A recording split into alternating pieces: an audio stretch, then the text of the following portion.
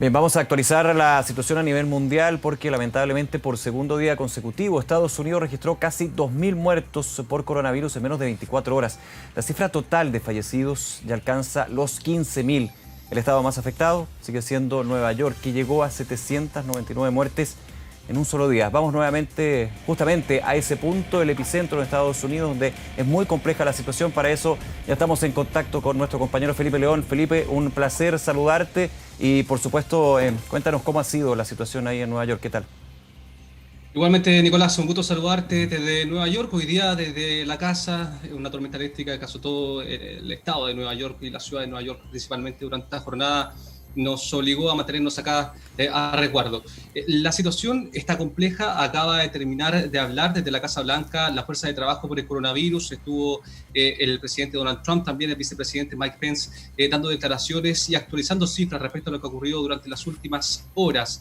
Hay dos titulares con los que podríamos resumir la situación a esta hora de la tarde. Primero, el estado de Nueva York es el lugar del mundo que tiene la mayor cantidad de casos, incluso más que cualquier otro país, casos confirmados de COVID-19. Ese es uno de los titulares. Y el segundo tiene que ver con la cantidad de personas también infectadas, que es el dato que ha entregado la Casa Blanca en estos momentos.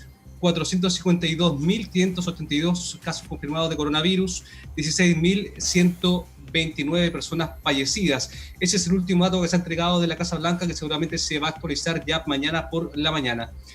Señor director, voy a ir a pantalla completa para compartir también algunos datos respecto a lo que se ha compartido durante esta jornada.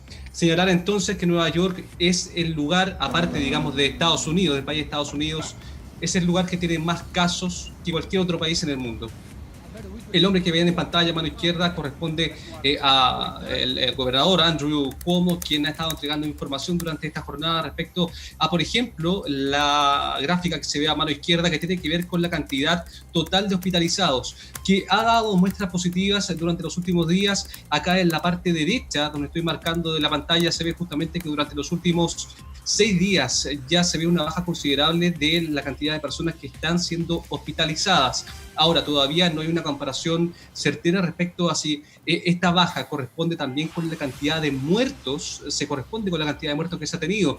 En la jornada de ayer se tuvieron 799 muertos acá en el estado de Nueva York, y es todavía un dato que se tiene que entregar desde la gobernación neoyorquina. El número de muertos acá abajo a la izquierda también se ve cómo ha ido aumentando desde el 3 de abril en adelante. Por eso hemos hablado que constantemente se ha actualizado como nuevo récord cada día de esta semana, desde el día 3 de abril en adelante hasta el día 8, que fue el día de ayer, con 799 personas fallecidas acá en el estado de Nueva York. Ese es un dato que vamos a ver si se mantiene durante la jornada de mañana. Ya lo decíamos, 16.129 muertos en Estados Unidos, 452.582 casos, lo último que ha actualizado la Casa Blanca durante esta jornada.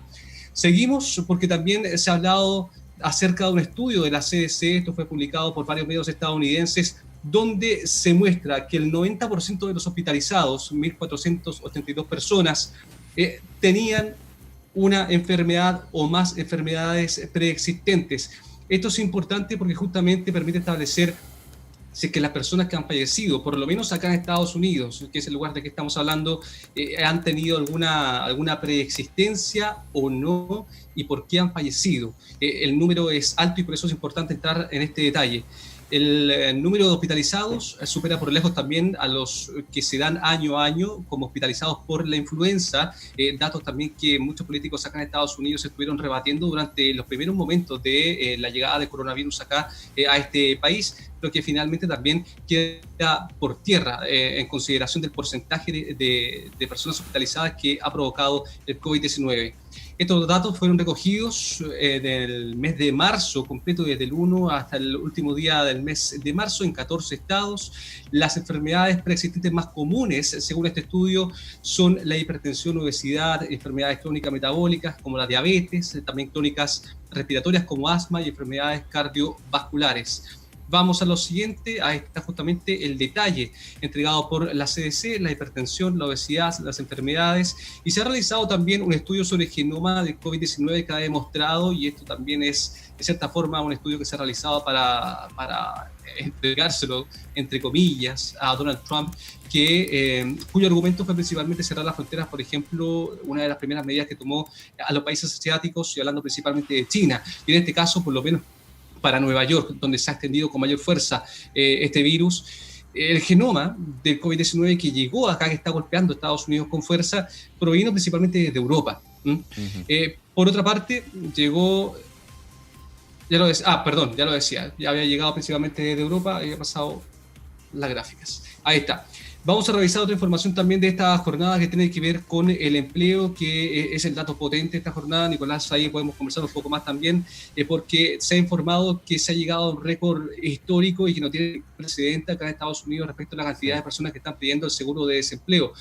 16.780.000 solicitudes de seguro de desempleo es lo que se ha acumulado en 3 semanas consecutivas de millones de personas que están acudiendo a las oficinas a pedir algún tipo de ayuda del Estado, en este caso porque fueron echados o renunciaron a sus trabajos. Principalmente aquí estamos hablando de despidos que han ocurrido principalmente en los servicios de atención al público, servicios como restaurantes, servicios como hotelería, que se han visto fuertemente afectados. Nicolás, ¿me quería decir algo?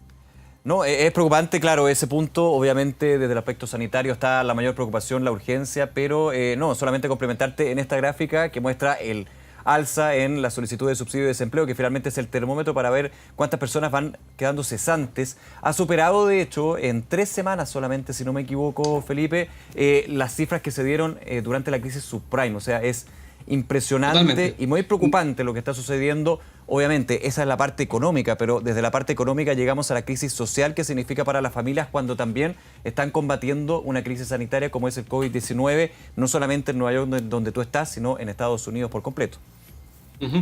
Sí, mira, alrededor de 15% de desempleo a nivel país, 6.6 millones de solicitudes la semana pasada, que se suman al resto de millones de solicitudes de las otras 2 semanas anteriores.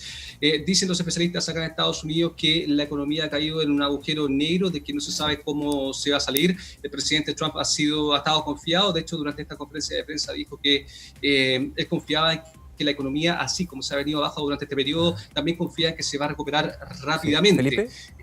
Dime. Sí, perdona, te quería llevar un segundito a otro tema, a ver si tienes información sobre eso, porque el día de ayer, si no me equivoco, el alcalde Bill de Blasio entregó datos de a qué poblaciones se está dando el contagio de COVID-19 y por sobre todo el número de fallecidos. Ya hay un dato que ha dado la vuelta al mundo en términos del por qué, cuáles son los factores que lo explican, que es que los latinos en Nueva York significan hasta el minuto 1/3 de los fallecidos por COVID-19. Se habla de la situación de la población hispana en Nueva York en términos de económica, también sanitaria, pero también hay un dato que no sé si tú has escuchado por ahí, que leí en algunos medios, que uno de los factores para explicar que la mayoría de los fallecidos en Nueva York sean hispanos, latinos, es principalmente porque hay muchos que están indocumentados y con el miedo de ir al centro de salud cuando tienen los síntomas de COVID-19, prefieren no ir y finalmente no pueden ser diagnosticados con COVID-19, lo cual obviamente es muy preocupante. Con el miedo de que sean deportados en algún minuto por la política migratoria del gobierno de Trump.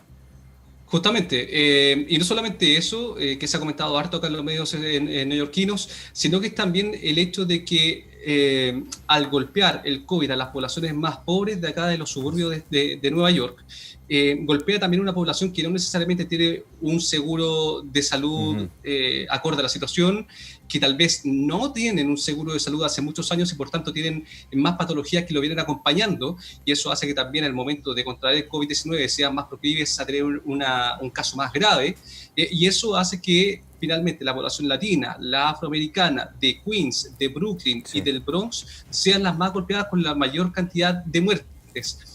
Ayer lo decía el gobernador Andrew Cuomo, dijo la gente pobre está pagando el mayor costo. Ahora, eso sí, no logró entregar datos certeros respecto a lo que está ocurriendo, porque las muertes que están registrando los hospitales no las están registrando con datos de raza.